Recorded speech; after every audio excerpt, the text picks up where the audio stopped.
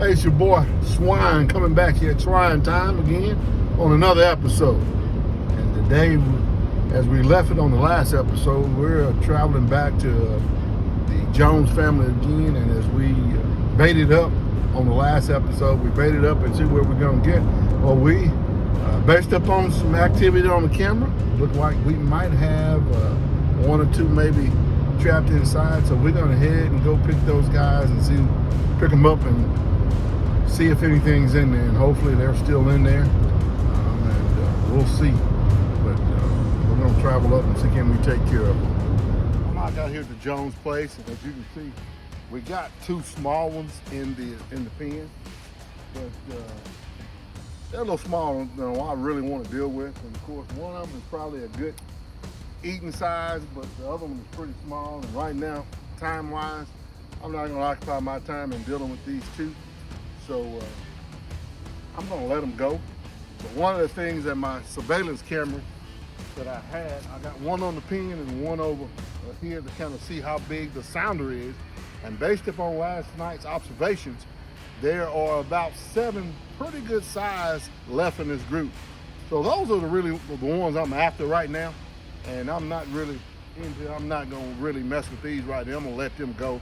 Hopefully I'm gonna bait it back up. Hopefully we can get some of the bigger ones that maybe later on tonight to come back in there. But right now, hopefully when I let them out, I can bait it back up, and hopefully tonight I can get a chance to get some of the big ones, some of the 7 that are left. Try to get those in the trap and make it worthwhile and make it exciting. As you can see, I've released the 2 small hogs, and right now I'm trying to get some of the straws and the things that they have rooted into, kind of get more of the scent, so they can still not fretting and go back in the pen. So I'm kind of rounding up some straws here, so they don't not so skittish in going in.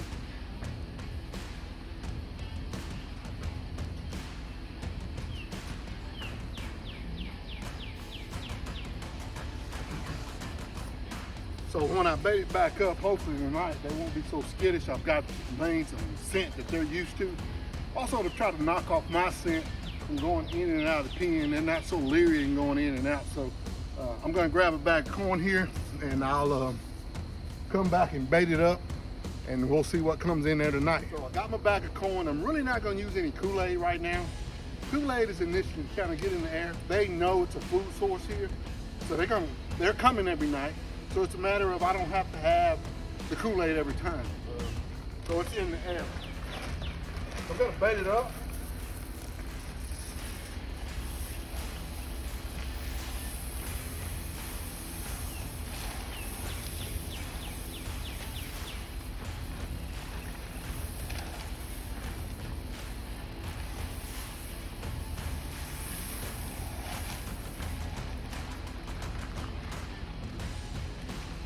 So as you can see, I got a little trail of them on the outside, just enough to keep them kind of knowing it's in there.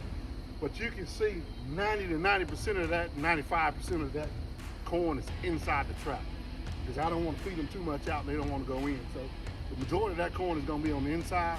And then I'll watch both cameras tonight, and of course I'll be awaiting some alerts to see what's lurking around. As I stated before in the beginning, there's about 7, and the goal is to help eradicate all of them off this property. And with that, we get those 7, that would take that whole particular sounder out, and that would be great. They're happy, I'm happy, and another happy customer here on Swine Time with your boy Swine. I'd like to give a shout out to Ray-Bans also for sponsoring and polarizing and helping while I'm out hunting and being able to see.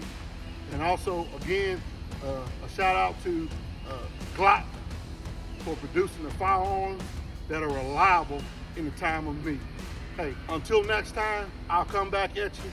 Hopefully, again, we'll have something in the pen, and we'll have a happy customer, and I'll be happy. This is your boy Swine on Swine Time, coming back.